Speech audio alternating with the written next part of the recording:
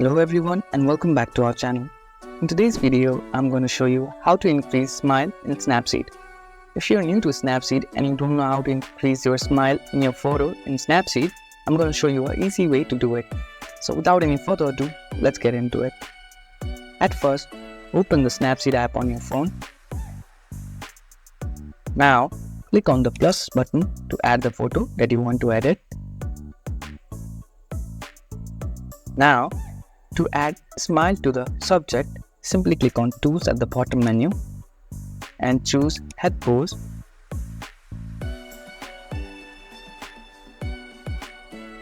Here, you can change the head pose as well as you can add smile to your face simply by clicking on this option and choose Smile. Use the slider to increase the smile or decrease the smile.